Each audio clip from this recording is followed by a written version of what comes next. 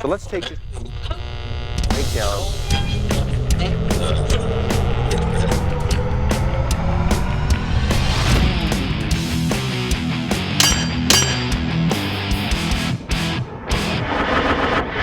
Yeah, I'm Mike Davidson with Gunwerks. On this week's episode, we've got Erin Weibe from the shop. She does most of our shipping for us, out hunting mule deer. Now, she's more of an archery hunter, but she didn't get it done with the bow, so she asked Erin and I one morning before work if we'd take her out, see if we couldn't get her a mule deer. Now, we're a couple days before the end of the season. Let's see if she can get it done.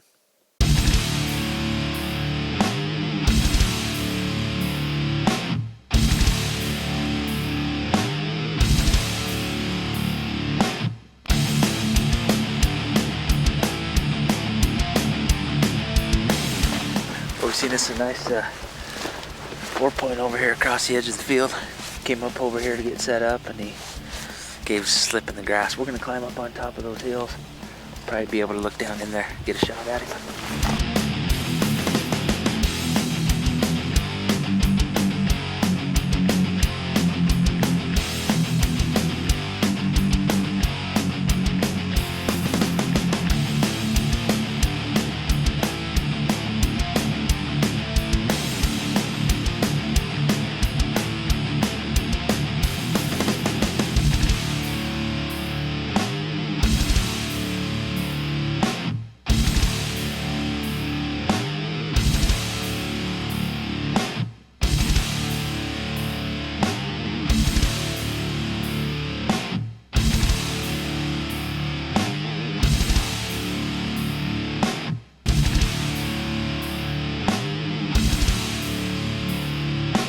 Looks like he's about 580 yards.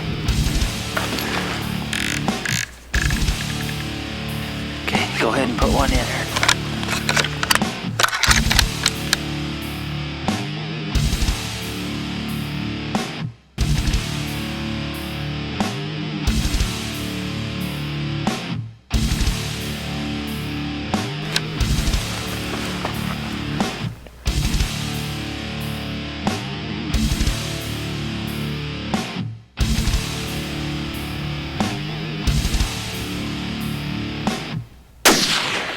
Oh, good hit. You dropped it. Put another one in.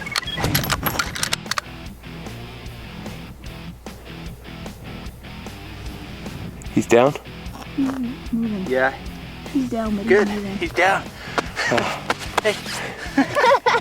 Good shot. Good shot. Well, man, we had to work for this guy. You know, he's on some does, chasing some does pretty hard. Wouldn't give us a shot. Hiked up and down these hills quite a bit, and Erin came off with a great shot. Good job, bud. Thanks. That's awesome. That's probably the most hiking I've done in a long time.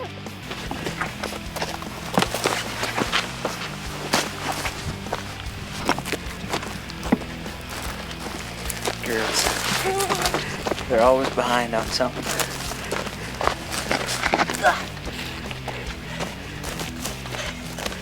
Yes, I know. So graceful. I'm still upright.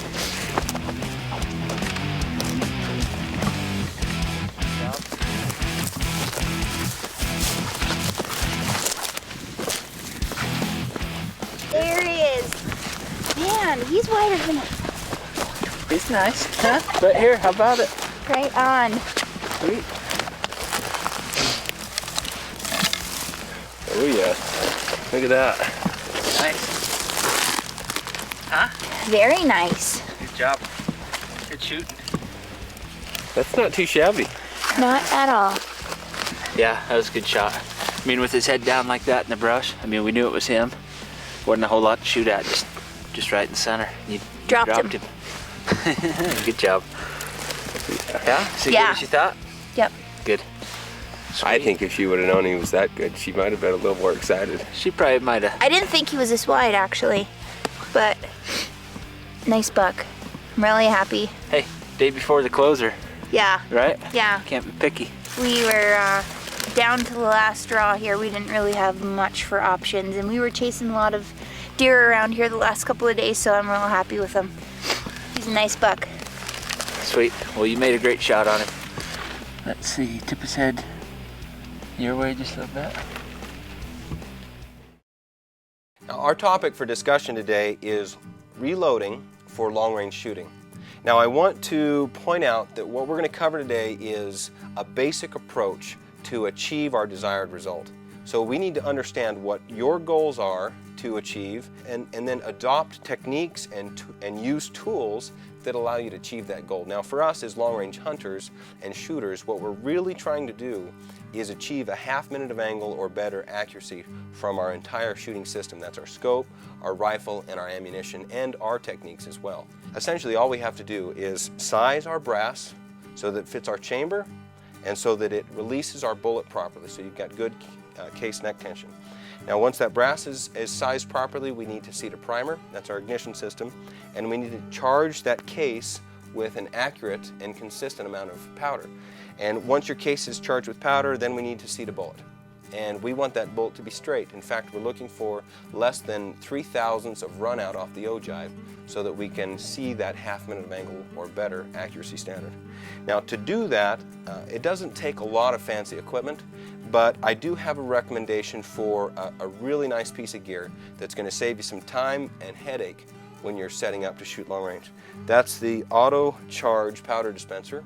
Now, in addition to charging the powder, kind of the heart of the whole reloading station is the reloading press. This is a Hornady Lock and Load Classic. Very nice press, very rigid. This is a custom grade die kit. Out of the box, they're giving you a die kit that has some bullet alignment tools and a very nice sizing die setup that's easy to set up and also works very well. Now, the reloading dies, the reloading press, and the powder dispensing equipment are your main things. There's some little accessories that you want to look for if you don't have a kit or you're not buying in a kit.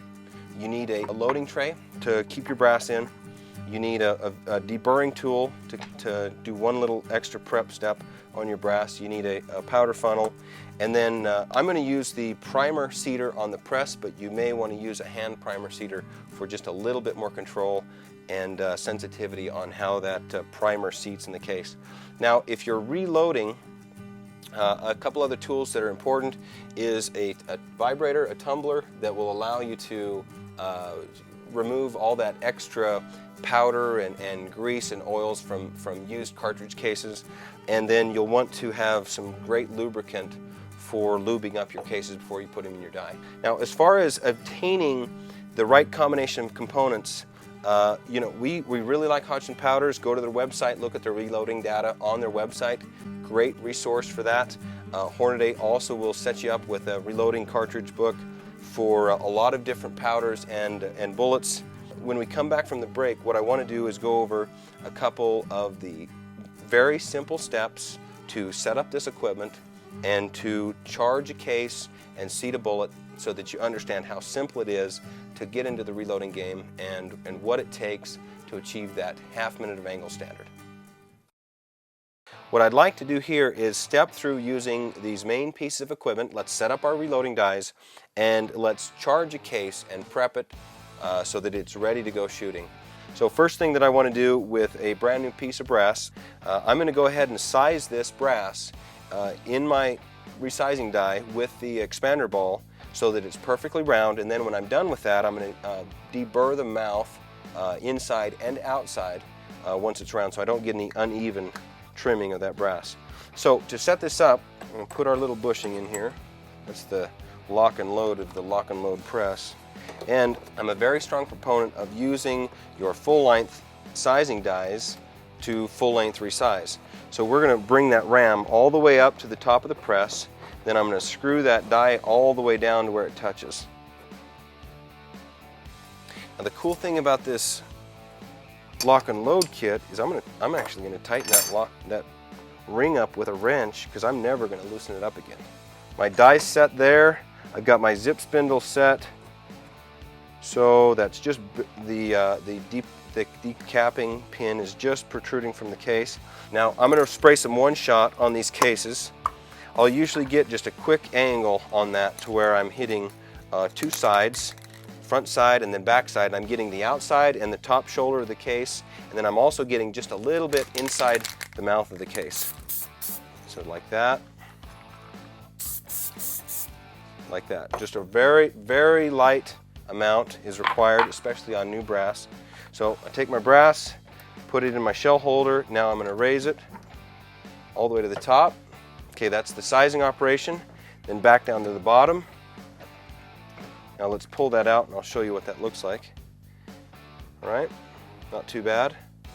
So we can do that deburr operation here.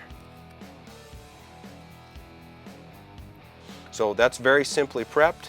Now, if you're using a hand priming tool, the next step in the operation would be to prime these one at a time. I'm actually going to use the primer on the press, and they've got a really nice tube feed here, but it's in the way for film. So we're just going to do these one at a time. But that tube feed's really slick. So you just basically put that in, seat it, and then you want to just do a quick double check on that to make sure that the primer's flush, especially when you're using new equipment. Make sure you get that feel so that primer's flush without seating too deep. Now I want to program my load, which we're going to use 58 grains, and I'm going to dispense that, enter that. So that's my target value, and then to dispense it, I just hit dispense. This is such a cool tool. Now you'll notice that it's going to take a little time here for me while we're waiting. I'm going to go ahead and set up my powder funnel. So there's 58 grains. I'm going to dump that.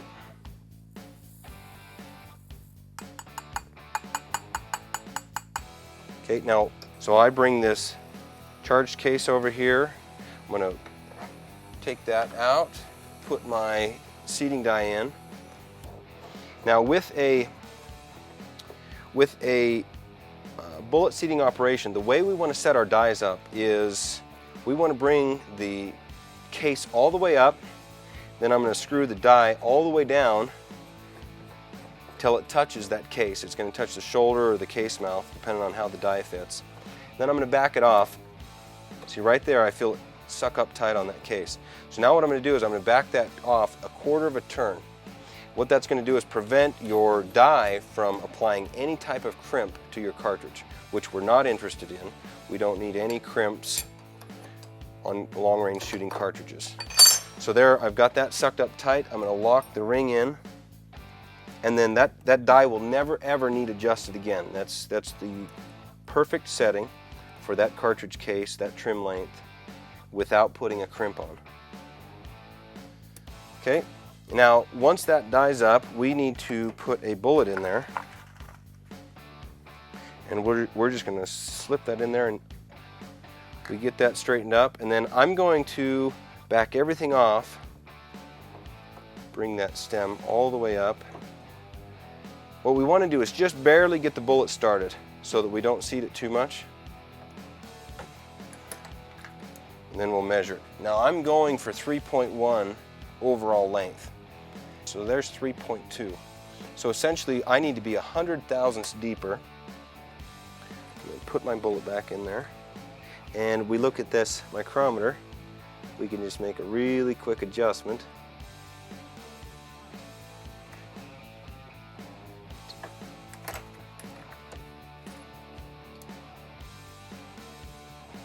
There's 3108. So I've got 8 thousandths left. I need to seat that. And every graduation there's 5, 6, 7, 8. Now that's very nice, especially when you're setting up a load and you want to try some different bullet seating depths. There's 3.1005. That tool doesn't measure half thousandths accurate, so we're going to quit right there. So that's my seating for that cartridge. Now there's a small amount of residue from that case lube that you can wipe off before you throw it in your box, but we've just completed a loading of a 6.5 284 Norma round in a manner that I fully believe will shoot that half minute of angle or better accuracy standard. But this is the basics. This is what you need to get set up to shoot long range and to reload cartridges that are going to give you the accuracy that you need so that you're hitting the targets when you want to. It's all over the place. We're out here on the edge.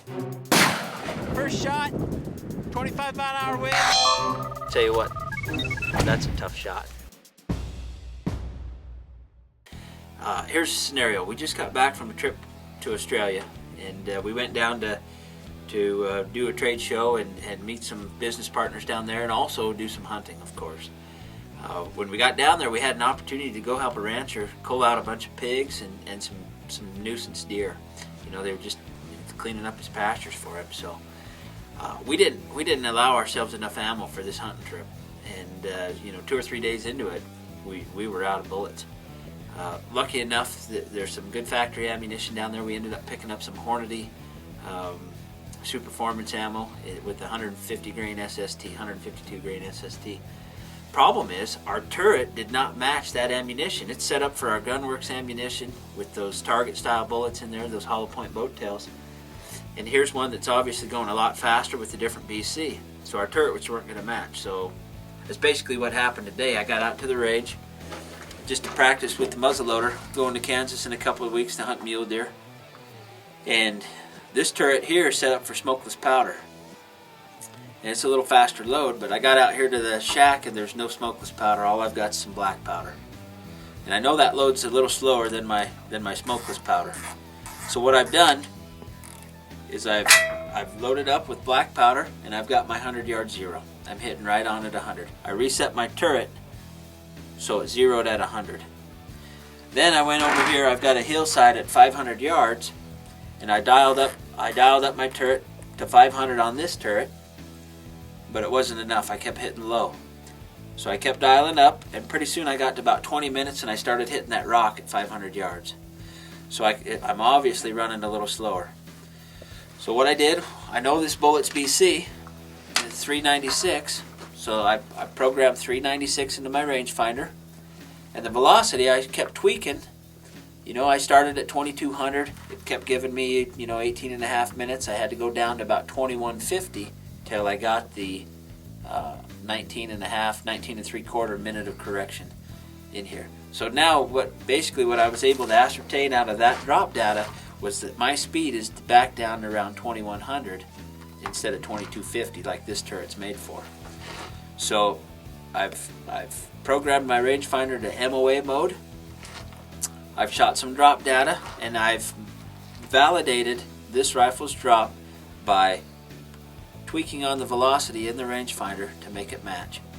So basically I have a MOA turret on here that I'm going to use. I've been able to determine that my muzzle velocity is down to around 2150 just by shooting this drop data. So even though I didn't have the right equipment out here at the range, the right powder, I'm still going to be able to practice today and shoot some different targets because I've programmed my rangefinder to match how this rifle is really shooting. And to see how close it is, you know, I've already shot 500. I'm just going to move right out to 950. We'll use the rangefinder.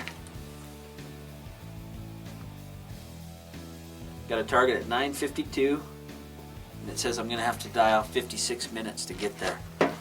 So hit the zero stop. So all the way around once is 20 minutes. Go again, that's 40. 10 more, that's 50. And then 6 more.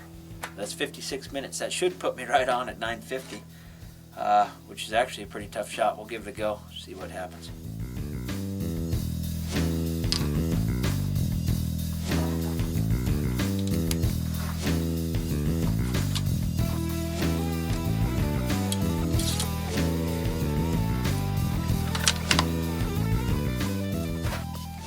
At 150 yards, muzzleloader.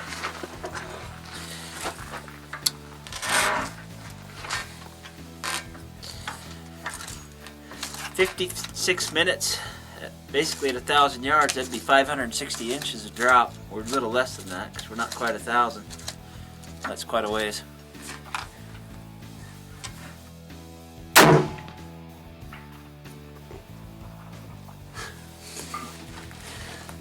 I think I hit the bullseye. That smoke cleared. I got a dark spot right in the white circle. That's 950 yards. That's without a ballistic turret that matches. I mean, that was just shooting some data, plugging it into the rangefinder. First shot, I hit a bullseye at 950 yards with my muzzleloader. I think I'm going to try it one more time. Let's try it one more time. Make sure it wasn't lucky. I can't believe I hit that. If I even get close this time, I'm going to be pretty excited.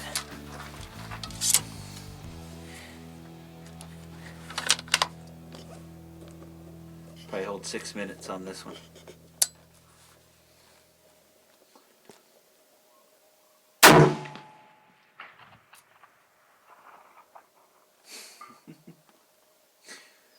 Sweet. Well, if it wasn't on camera, I wouldn't believe it either. I'm actually going to drive down there and take a picture of that for my brother. Otherwise, she's never going to believe me.